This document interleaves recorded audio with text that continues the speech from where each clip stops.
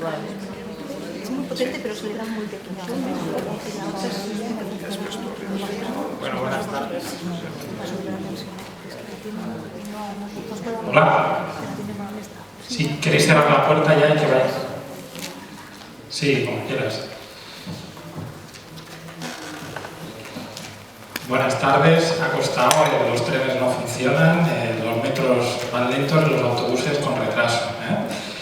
Gracias por venir, hace muchísima calor. En fin, yo siempre digo lo mismo y me repito, realmente tenéis mérito de venir aquí a escuchar en fin, temas farragosos, increíbles y complicados. Realmente, bueno, somos de un sadomasoquismo terrible, pero bueno. La idea de esta presentación, bueno, primeramente hablará Julián Blanco, investigador de IPSI-CAIXA, y Elisa Gómez. Entonces nos van a presentar el proyecto, las conclusiones del proyecto de las T reguladoras en síndrome de fatiga crónica.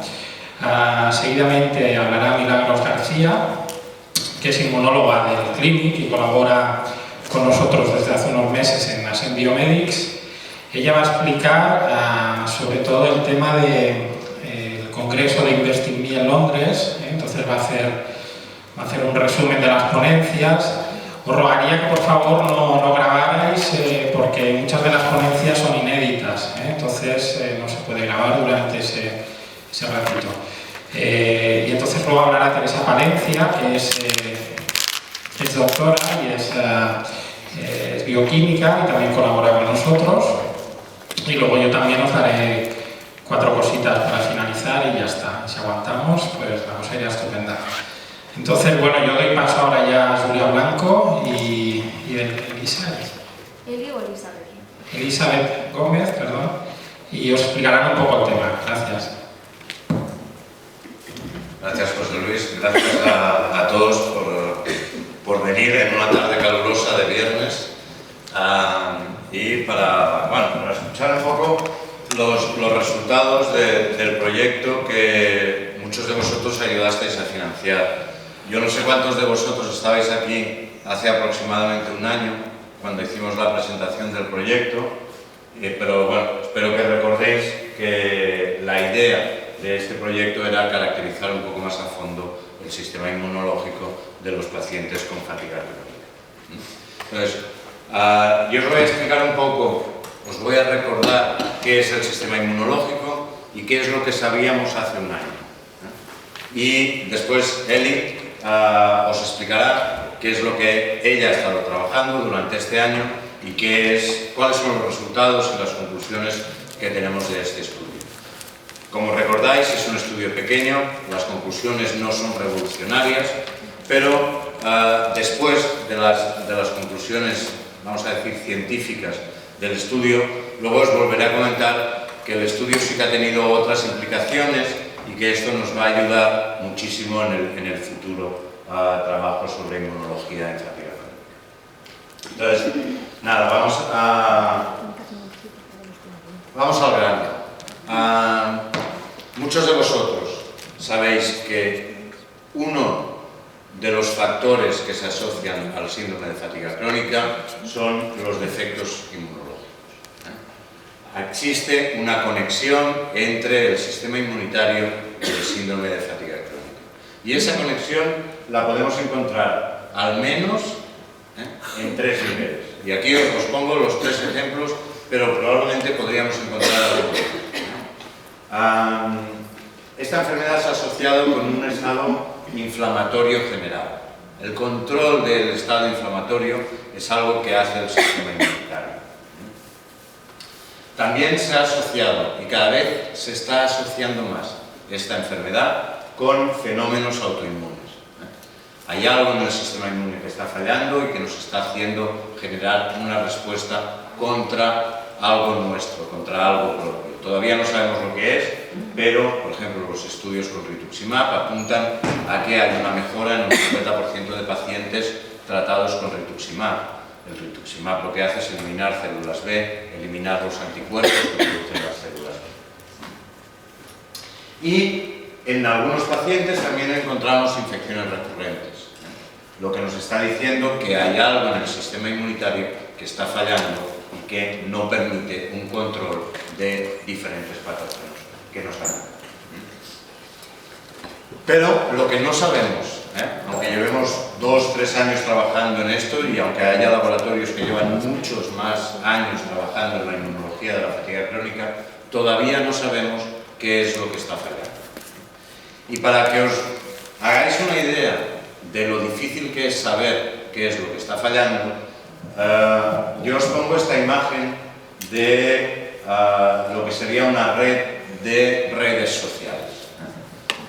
Facebook, Twitter, Google+, YouTube, Yahoo, todas las redes sociales que tenemos en Internet y que están todas conectadas. Cuando pasa algo en Twitter, pues los de Facebook se enteran y también hierve un poco Facebook. Pues el sistema inmunitario es aproximadamente igual que este.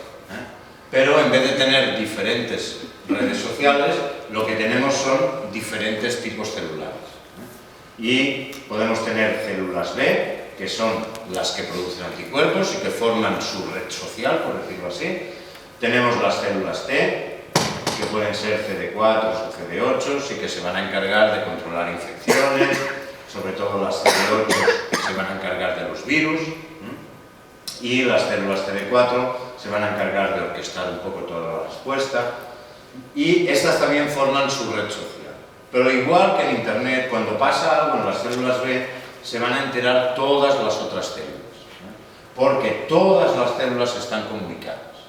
Y todas las células van emitiendo, pues en vez de emitir mensajes como tweets, como haría cualquier usuario de una red social, lo que hacen las células es, primero, contactar entre ellas y además enviar a Internet, al espacio, o a la sangre, por decirlo así, enviar citoquinas, que son unas pequeñas proteínas que las células van produciendo. Estos serían como los tweets que envían las células para comunicarse con el resto de células. Evidentemente, entender cómo funciona esto y saber qué es lo que está fallando en esta complejísima red de células es algo complicado. Y eso es lo que intentamos nosotros en un principio. Recordaréis que nosotros lo que hicimos al empezar a trabajar en esta enfermedad es analizar células NK, células T y células B. Y lo que encontramos en este paper que publicamos hace un par de años fue 8 marcadores que nos permitían identificar los pacientes con fatiga crónica y separarlos, clasificarlos de los individuos sanos. Los que vemos aquí en verde son individuos sanos y los que vemos aquí en rojo son individuos con síndrome de fatiga crónica. Esto era realmente importante. ¿Por qué? Porque, bueno, habíamos identificado una herramienta que nos permitía separar pacientes. O sea, si yo miraba estos marcadores en una persona a la que yo no conocía, yo podría saber si aquella persona tiene fatiga crónica o no la tiene. Esto lo que nos permitiría, por supuesto, es un diagnóstico relativamente fácil y rápido, con una muestra de sangre.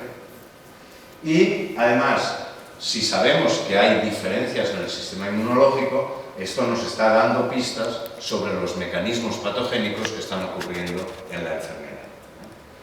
Pero, claro, esto no es tan fácil. Primero, el estudio era pequeño, lo recordaréis. Y este diagnóstico relativamente fácil y rápido, pues hay que confirmarlo. Hay que confirmarlo en una colección de muestras mucho más grande. Esto igual funciona para las muestras que nosotros hemos analizado, pero a lo mejor no funciona para otras muestras. Y para poder identificar estos mecanismos patogénicos y ir a la raíz del problema, lo que tenemos que entender son los datos que hemos conseguido y los tenemos que relacionar con los procesos de la enfermedad. Y eso tampoco es una tarea fácil. Realmente lo que necesitamos es ir un poco más allá y confirmar estos datos en cohortes más grandes. Si realmente estos datos se confirman, entonces sí que podemos empezar a trabajar en los mecanismos de la enfermedad. ¿Cuál es el gran problema de las cohortes grandes? Las cohortes o las colecciones de muestras muy grandes. Pues que nosotros podemos de manera muy fácil hacer un trabajo en Barcelona, pues, con las unidades de fatiga crónica, con Valle de con otros centros que visitan pacientes con fatiga crónica. Y identificamos pacientes y pueden venir al hospital. De hecho, los que participasteis en este estudio inicial, vinisteis a Can Ruti, se os sacó una muestra de sangre y nosotros hicimos el análisis inmediatamente. Pero si lo que queremos es hacer un estudio multicéntrico a nivel internacional, evidentemente no le podemos pagar el billete a Barcelona a una persona que está en Oslo, a una persona que está en Inglaterra, o a una persona que está en Berlín. Lo que tenemos que hacer es que estas personas acudan cada uno a su hospital, se les extraiga una muestra de sangre y estas células que obtenemos a partir de esta muestra se van a congelar en nitrógeno líquido, como se congelan las muestras de cordón en un banco de cordón, y una vez recopiladas todas las muestras, estas muestras se van a enviar en unos envases especiales que no son más que un termo, un poco más grande, pero básicamente un termo, que las va a mantener congeladas hasta que nosotros las recibimos en el laboratorio. Y en este momento nosotros podemos hacer el análisis. Evidentemente no es lo mismo una célula fresca que una célula congelada. Como no es lo mismo una gamba fresca que una gamba congelada. Y aquí todos estaremos de acuerdo. Las células, una vez descongeladas, están bien, las podemos recuperar, pero pueden perder algunas de sus propiedades. Entonces, antes de pasar o de lanzarnos a un estudio a gran escala con los diferentes marcadores inmunológicos, necesitábamos hacer un paso intermedio. Necesitábamos saber cuáles de esos marcadores que nosotros habíamos identificado en nuestro estudio inicial se mantenían en células congeladas, porque nuestro estudio inicial se había hecho todo en célula fresca. Y en parte para saber esto y en parte para profundizar un poco más en un tipo de células que son las células T reguladoras del sistema inmunitario, recordáis que el año pasado iniciamos con la ayuda de José Luis y Asen ese Berkami, ese crowdfunding para recoger los 29.000 euros que eran necesarios para poder continuar este trabajo con las células de los pacientes que teníamos en nuestro laboratorio. Los objetivos de este trabajo y los resultados os los explica Eli ahora mismo porque ha sido su trabajo durante el último año y pues os va a hacer un pequeño resumen. Os aviso, los resultados son modestos pero son importantes. Os lo explica Eli.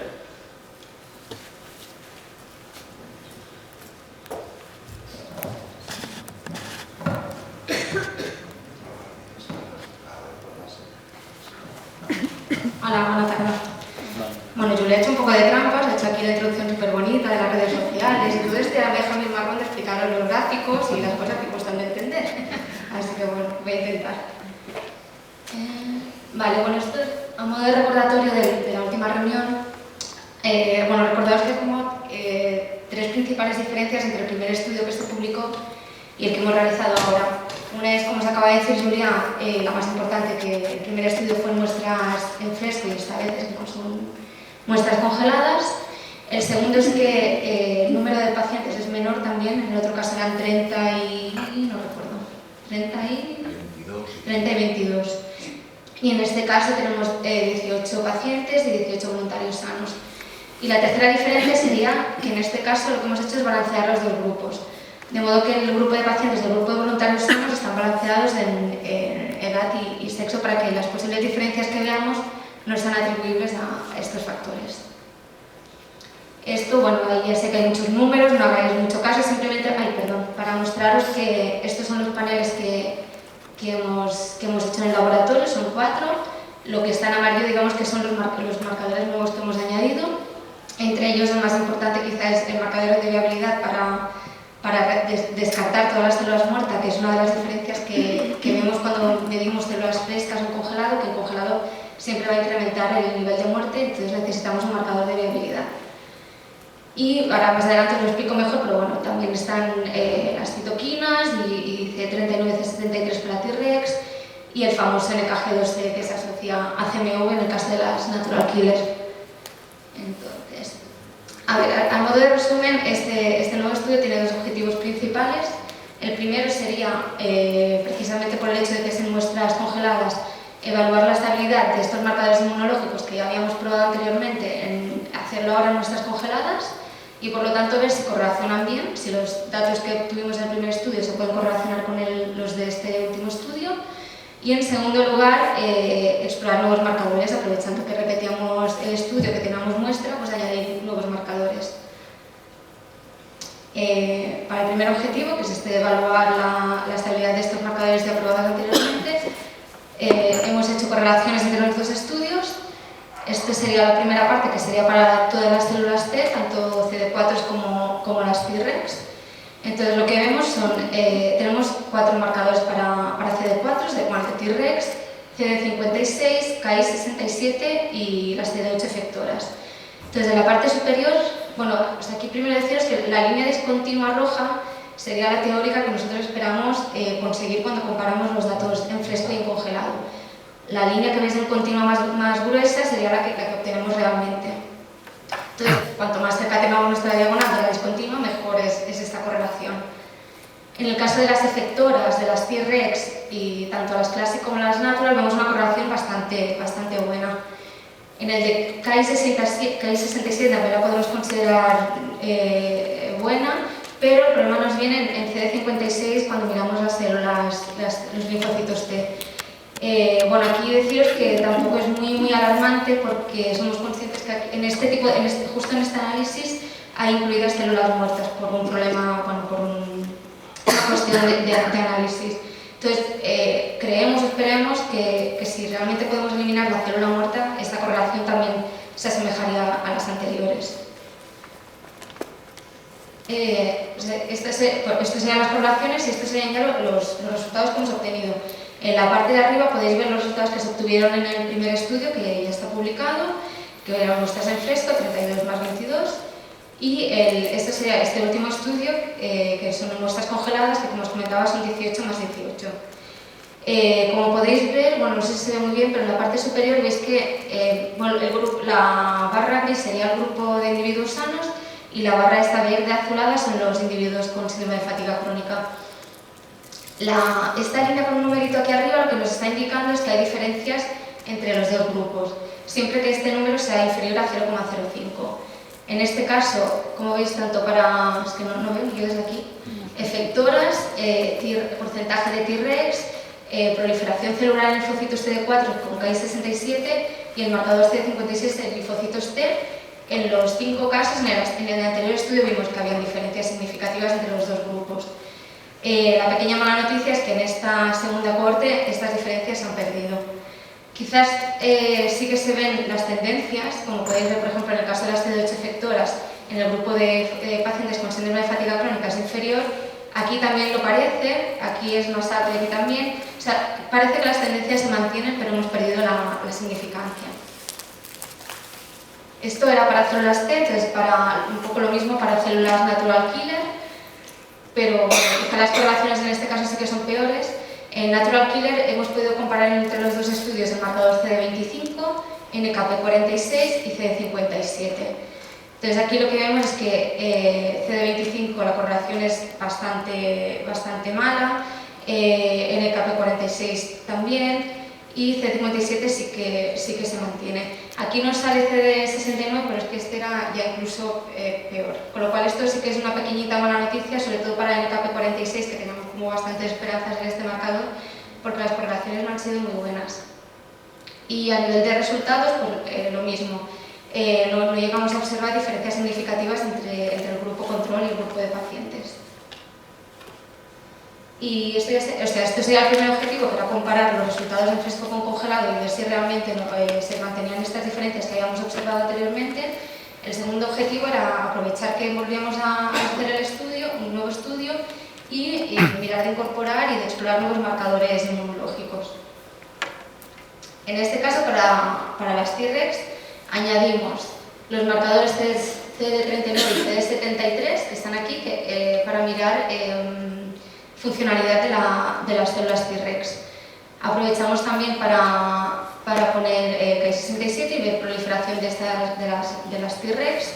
Y entonces así ver que, no sé, si recordáis en el anterior estudio y también en algún estudio de Marshall y de Clima, se había visto que las Tregs están incrementadas en pacientes con fatiga crónica. Lo que queríamos ver, añadiendo estos nuevos marcadores para mirar funcionalidad y proliferaciones, si realmente estas células que están activadas, las Tregs, activadas que están aumentadas, si son funcionales o no, porque puede ser que hayan más, pero que sean menos funcionales, por lo cual estos nuevos marcadores nos podrían dar información de este tipo. Perdón, no os lo he dicho, no sé si lo recordáis, en anteriores charlas Julia os explicó cómo medimos medimos por citometría de flujo, que es el aparato aquel que os explicó Julia, donde las células pasan célula a célula, entonces cada puntito que veis aquí sería una célula. Esto es la imagen que vemos en el ordenador cuando analizamos con este tipo de técnica. Y estos serían los resultados que obtenemos de las Tregs.